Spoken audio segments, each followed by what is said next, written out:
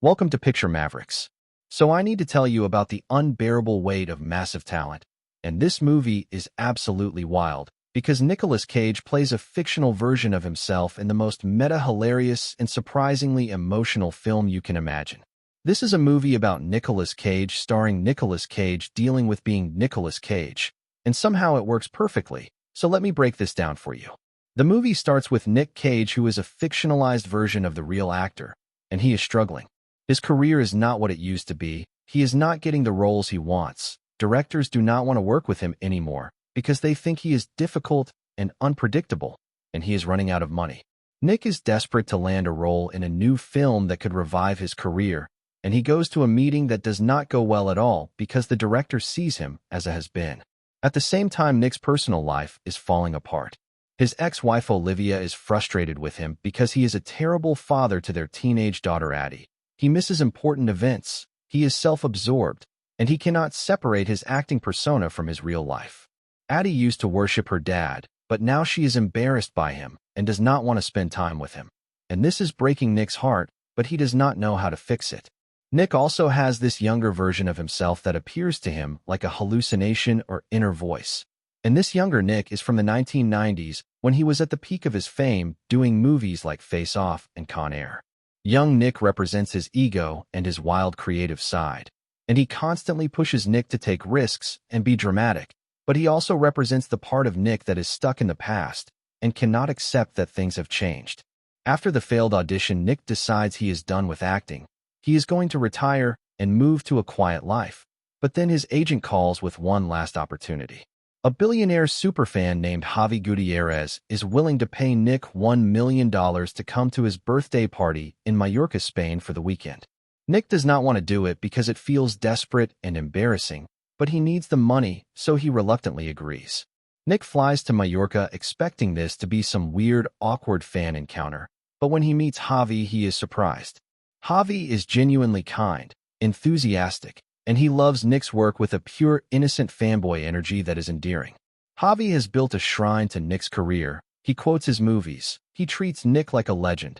And slowly Nick starts to warm up to him because Javi's admiration feels sincere, and it reminds Nick of why he loved acting in the first place.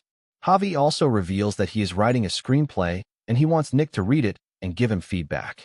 The script is about two guys becoming friends, and as Nick reads it, he realizes it is actually pretty good, and Javi's passion for storytelling is infectious. They start collaborating on improving the script together, and Nick finds himself genuinely enjoying this creative partnership. But then things get complicated.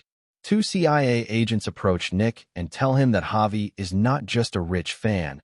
He is the head of an international arms dealing cartel, and his cousin Lucas, who lives on the compound, is the dangerous one actually running the criminal operation. The CIA wants Nick to spy on Javi, gather evidence, and help them rescue a kidnapped politician's daughter who they believe is being held somewhere on the property. Nick is terrified. He is not a spy. He is an actor, but the CIA threatens to arrest him if he does not cooperate.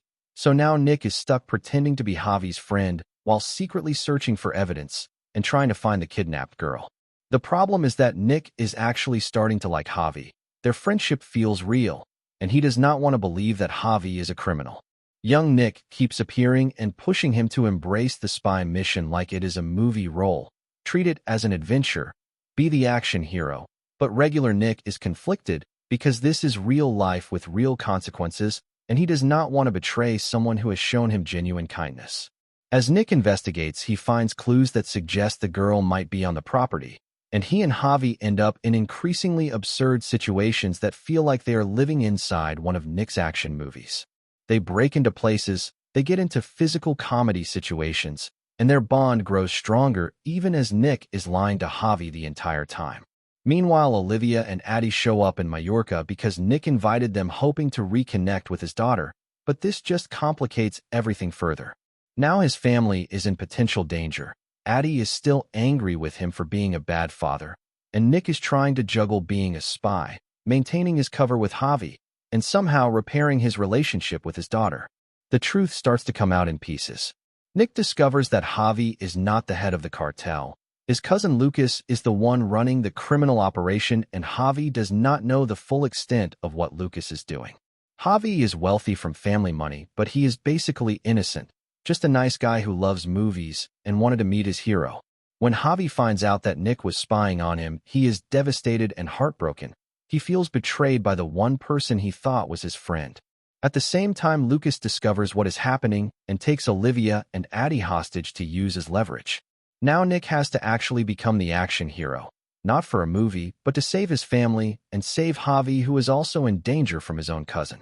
This is where the movie fully embraces being a Nicolas Cage action film. Nick and Javi team up. They use movie knowledge and action movie tropes to fight back against Lucas and his men. There are car chases, explosions, ridiculous stunts, and the whole time they are improvising based on scenes from Nick's old movies. Javi knows all of Nick's films so well that they can communicate through movie references, and this shared love of cinema becomes their weapon. Young Nick appears one last time and tells regular Nick that he needs to let go of the past, stop trying to recapture his glory days, and just be present in the moment for the people who actually matter. And this is the turning point where Nick finally accepts who he is now instead of who he used to be. Nick and Javi rescue Addie and Olivia. They defeat Lucas and his crew, and the CIA operation is a success. In the aftermath, Nick has proven to his daughter that he can show up when it matters. Addie sees her dad as a hero again, but for real reasons, not just movie reasons.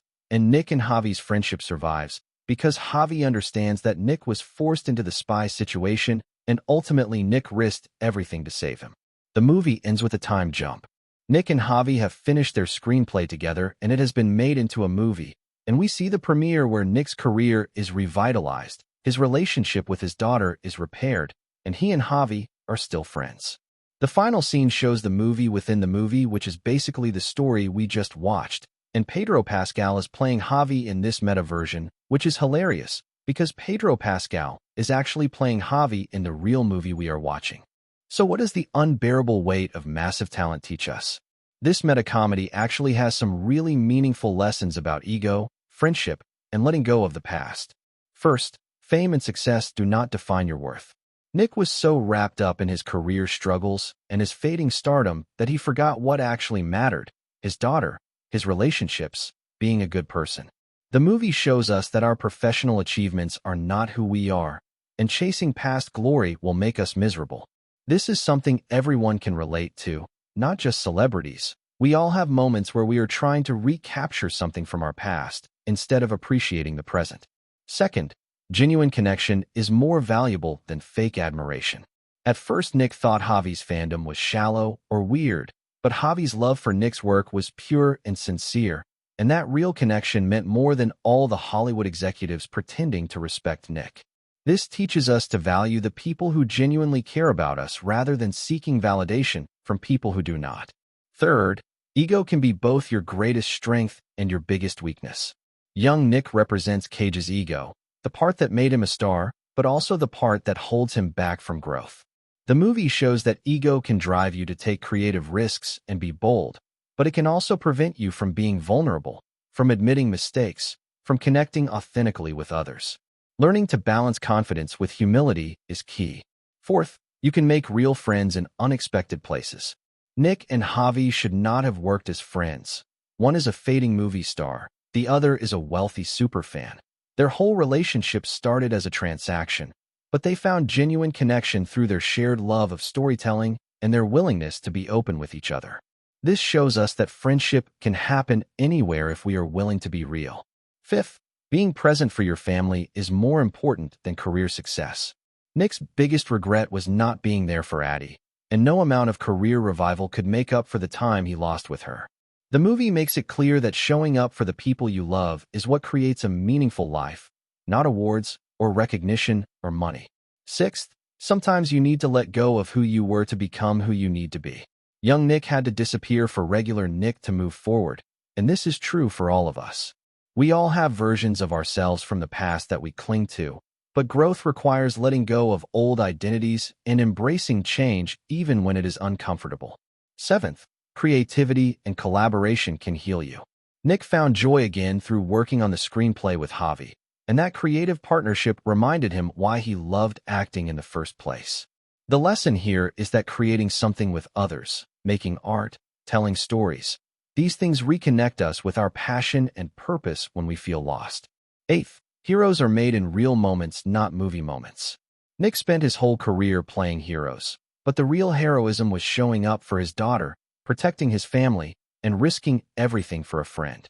This teaches us that courage is not about big dramatic gestures. It is about choosing to do the right thing when it matters, even when you are scared.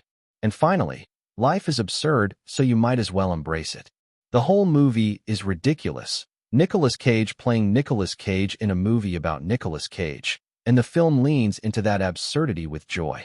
This teaches us not to take ourselves too seriously, to find humor in our struggles, and to embrace the weird, unpredictable nature of life rather than fighting it. The Unbearable Weight of Massive Talent is a love letter to Nicolas Cage's career, to action movies, to the creative process, and to the power of storytelling. It is also a surprisingly heartfelt story about a man trying to figure out who he is when his identity has been wrapped up in fame for so long. The movie works because Nicolas Cage is willing to make fun of himself, to be vulnerable, to show the struggle behind the persona, and that honesty makes the comedy land and the emotion feel real.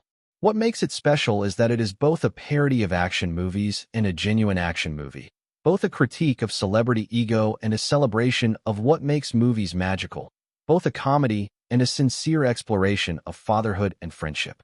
It takes the premise that could have been a one-joke gimmick and turns it into something layered and meaningful. The chemistry between Nicolas Cage and Pedro Pascal as Javi is the heart of the movie. Their friendship feels authentic, their banter is hilarious, and you genuinely care about both of them even though the whole situation is ridiculous. That is the magic of this film. It makes you invest emotionally in absurdity. This has been Picture Mavericks. Thanks for watching.